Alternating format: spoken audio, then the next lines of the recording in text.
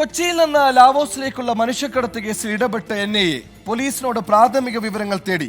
തോപ്പുംപടിയിൽ register ചെയ്ത കേസിന്റെ വിശദാംശങ്ങളാണ് ചോദിച്ചത്. വിദേശ സൈബർ തട്ടിപ്പ് സംഘങ്ങളുടെ ഏജന്റുമാരായി പ്രവർത്തിക്കുന്ന മലയാളികളെക്കുറിച്ച് പോലീസിന് കൃത്യമായ സൂചന ലഭിച്ചിട്ടുണ്ട്.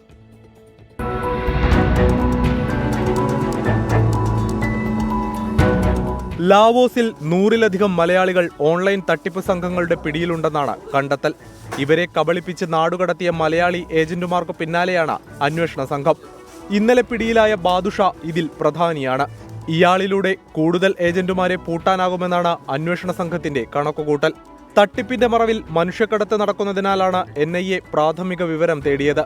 കംബോഡിയയിൽ നിന്ന് തിരിച്ചെത്തിയ 6 യുവാക്കളിൽ നിന്ന് NIA വിവരങ്ങൾ തേടിയിട്ടുണ്ട്. ബാദുഷയെ വീണ്ടും കസ്റ്റഡിയിൽ വാങ്ങി പോലീസ് ചോദ്യം ചെയ്യും. ലാവോസിൽ കുടുങ്ങിക്കിടക്കുന്നവരെ നാട്ടിലെത്തിക്കാനുള്ള നടപടികളും ആരംഭിച്ചിട്ടുണ്ട്. വിഷ്ണു സുരേഷ്, 24 കൊച്ചി.